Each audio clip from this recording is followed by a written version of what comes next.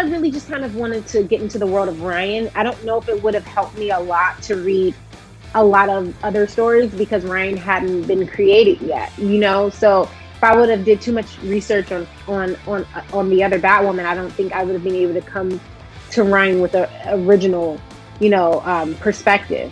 So I really just kind of like built my world of Ryan, and I used the ingredients from the script. From, if I had questions, I spoke to Caroline Dries, our show creator, and with all of that, I took about a month and a half to really just fall into the world of Ryan before we started playing.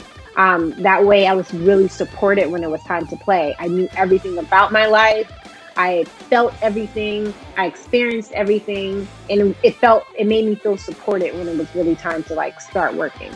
I think it's going to be a lot of fun because it starts off with trying to find Kate Kane. She's missing, and that's a huge part of this season, is going on the journey to find Kate Kane, while also Ryan going on the journey to become a superhero. There's a difference between being a hero on the inside and being a superhero, and the whole difference is like, by the time you become a superhero, you know who you are. You understand the concept of what your suit represents, and you really watch her go from this hero to this superhero, based off of the journey, based off of the understanding, and based off of having to realize she has to be selfless and let go of her own vengeance in order to really represent what this suit has always represented in the city.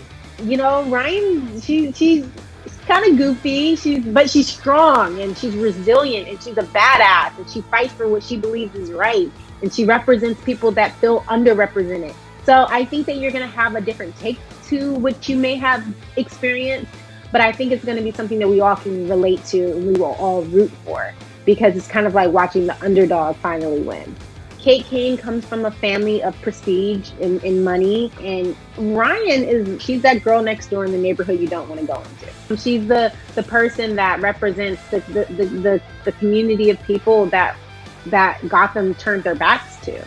And so, the difference is like, it's really, to me, I feel like Ryan kind of represents a lot of us as human beings, of people that don't feel like they're truly represented when they look at the people in charge, and also don't feel like they have a voice for what's right and what's wrong, and to be able to say and fight for what's right and what's wrong.